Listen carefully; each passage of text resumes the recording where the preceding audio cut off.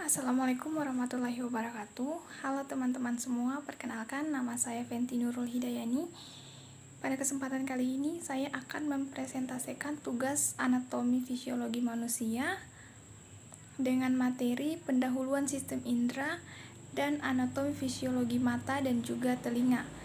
Baik, tanpa membuang-buang waktu, kita langsung saja pada slide pertama. Yang pertama itu pendahuluan sistem indera. Kita dapat menikmati keindahan bunga-bunga yang sedang mekar, alunan suara musik yang merdu, kesejukan udara di pegunungan berkat adanya organ pengindra di tubuh kita.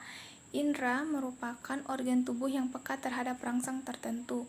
Begitu juga dengan makanan yang kita makan. Semuanya diproses oleh sistem pencernaan dalam tubuh kita. Sistem pencernaan membantu penyerapan makanan sesuai dengan kebutuhannya masing-masing. Dan yang paling penting adalah sistem pernafasan dalam tubuh kita. Tanpa adanya sistem pernafasan, manusia tidak mungkin hidup. Maka dari itu, PowerPoint ini dibuat guna sebagai bahan pembelajaran kita semua, sehingga kita dapat memahami dan menjelaskan beberapa bagian pada sistem organ pada manusia. Baik, selanjutnya anatomi fisiologi mata. Agar kita dapat mengenal lebih dalam anatomi bagian-bagian mata dan fungsinya, perhatikan penjelasan berikut. Di sini ada gambar mata, terdapat konjungtiva, bilik mata depan, lensa, pupil, iris, kornea, sklera, badan vitreus, koroid, retina, makula, dan juga saraf optik. Selanjutnya penjelasannya. Yang pertama, kornea. Kornea ialah jaringan berbentuk kubah transparan yang membentuk bagian mata terdepan atau paling luar. Fungsinya sebagai jendela dan sebagai jalan masuk cahaya ke mata kita. Yang kedua, bilik mata depan atau anterior chamber. Ialah kantung mirip jeli yang berada di belakang kornea, di depan lensa. Kantung yang juga dikenal dengan istilah aqueous humor membantu membawa nutrisi ke jaringan mata dan juga sekaligus berfungsi sebagai penyeimbang tekanan di dalam mata. Selanjutnya, sklera. Sklera ialah bagian mata yang berbentuk selaput putih keras dengan jaringan fibrosa yang menutupi seluruh bola mata kita, kecuali bagian kornea. Di dalamnya juga terdapat otot yang menempel guna menggerakkan mata yang menempel pada sklera. Yang keempat, iris dan pupil. Iris adalah membran berbentuk cincin yang mengelilingi sebuah bulatan kecil berwarna lebih gelap di tengahnya.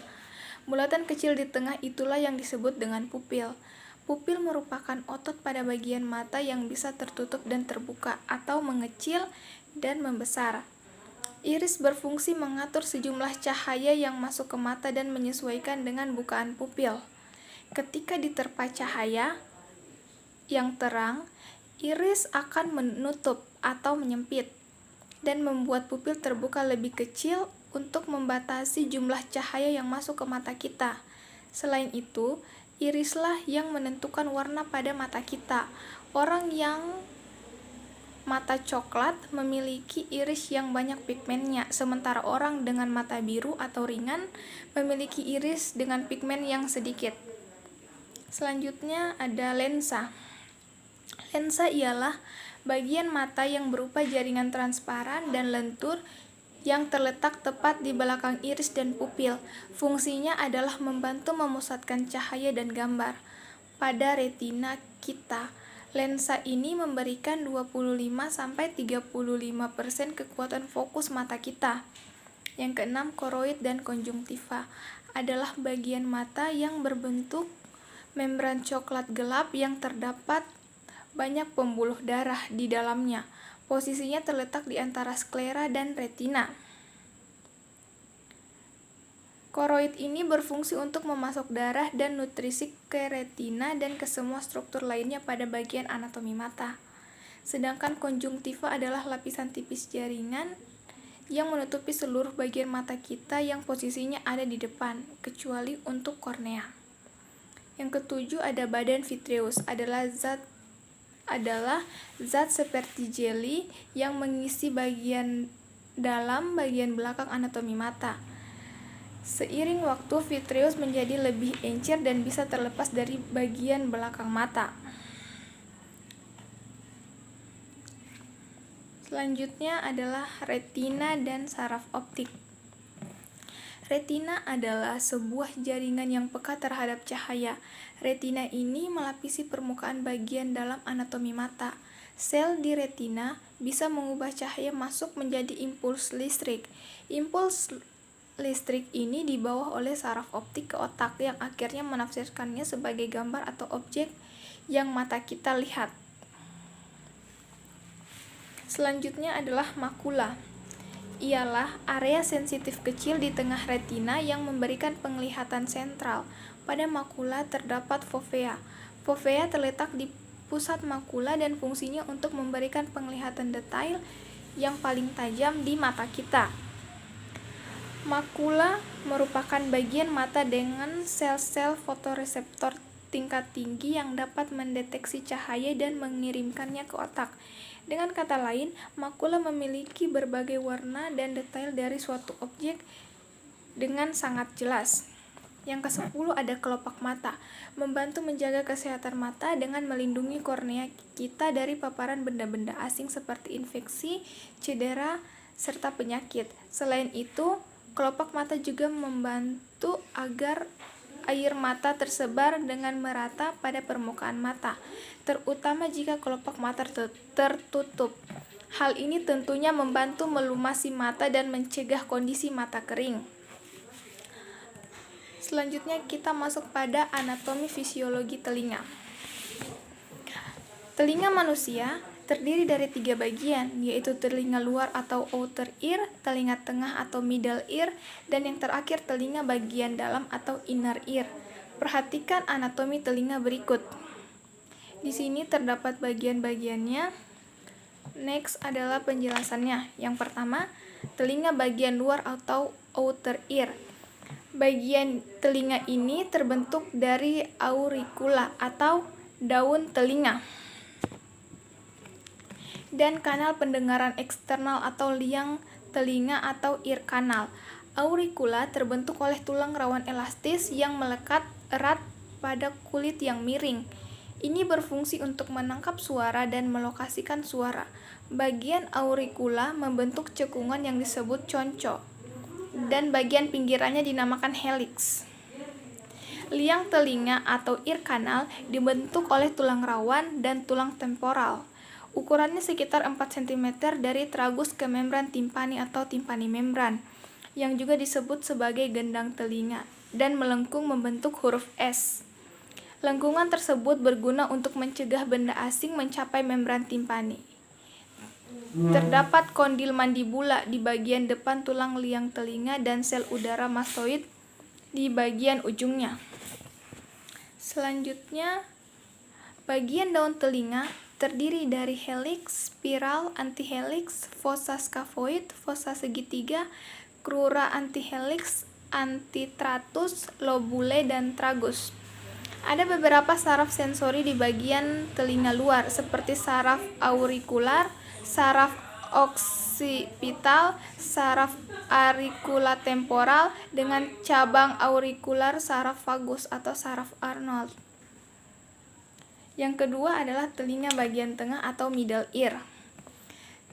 Fungsi telinga bagian ini adalah menghantar suara yang telah dikumpulkan auricula ke telinga bagian dalam. Bagian telinga ini memanjang dari rongga ke membran timpani ke jendela oval yang terdiri dari tulang malleus, incus, dan stapes, dan banyak dinding yang rumit, misalnya dinding lateral, dinding medial, dinding tegmental, dan dinding jugularis. Membran timpani berbentuk tipis dan semi-transparan yang memisahkan telinga luar dengan telinga tengah, yang terdiri dari pars flaccida dan pars tensa. Manubrium malleus melekat kuat pada membran timpani dengan bentuk cekungan yang disebut umbo. Bagian yang lebih tinggi dari umbo inilah yang disebut dengan flaccida pars, dan sisanya disebut dengan pars tensa. Ada 3 saraf sensori pada membran timpani, yaitu saraf auriculatemporal, saraf Arnold, dan cabang saraf timpani. Pada permukaan dalam membran timpani terdapat rantai tulang yang bergerak di antara ossicles, yaitu malleus atau palu, incus atau landasan, stapes atau sanggurdi. Fungsinya ialah untuk menghantarkan dan memperkuat gelombang suara hingga 10 kali lebih kuat dari udara ke perilim telinga dalam. Selain itu, terdapat saluran eustasius yang menghubungkan telinga tengah dengan bagian hulu kerongkongan dan hidung atau fossa faring. Fungsinya untuk menyamakan tekanan udara dengan gerakan buka tutup. Otot penting yang terdapat di telinga bagian tengah meliputi otot stapedius dan tendon tensor timpani. Bagian horizontal saraf wajah melintasi rongga timpani. Oleh karena itu, bila terjadi kelumpuhan pada saraf atau otot wajah, akan menyebabkan ketajaman suara terhalang dan kerusakan pada telinga bagian dalam. Yang terakhir ialah telinga bagian dalam atau inner ear. Bagian telinga ini disebut dengan rongga labirin yang berfungsi membantu keseimbangan dan menyalurkan suara ke sistem saraf pusat. Rongga ini terbentuk dari labirin osseus, yaitu rangkaian tulang temporal, dan labirin membran, kantung dan sakuran membran. Labirin membran juga memiliki komponen koklea, vestibular, dan semisirkular atau setengah lingkaran. Koklea adalah organ penting pada telinga dalam yang berbentuk cangkang siput. Bentuknya seperti tabung yang membengkok ke arah belakang sejauh 2,5 lingkaran dengan bentuk kerucut di ujungnya. Bagian ini memiliki 3 bilik, yaitu skala vertibuli, saluran koklear, dan skala timpani. Pada koklea ini terdapat organ Conti yang berfungsi mengubah gelombang suara menjadi impuls saraf. Selanjutnya vestibuli. Vestibuli merupakan bagian penghubung antara koklea dan saluran semisirkular. Ini terjadi dari sakula dan utricula, yaitu sel rambut yang menjaga keseimbangan posisi kepala terhadap gaya gravitasi pada saat tubuh dalam keadaan diam. Sementara semisirkular adalah saluran setengah lingkaran dari 3 saluran berbeda, yaitu kanalis semisirkularis horizontal, kanalis semisirkularis vertikal atas, dan kanalis semisirkularis vertikal belakang yang berisi ampula. Ini berfungsi untuk menentukan kesadaran posisi kepala saat terjadi gerakan rotasi atau memutar. Selanjutnya, terima kasih. Baik, mungkin itu saja presentasi dari saya. Lebih dan kurangnya mohon dimaafkan. Billahi taufiq wal hidayah. Wassalamualaikum warahmatullahi wabarakatuh.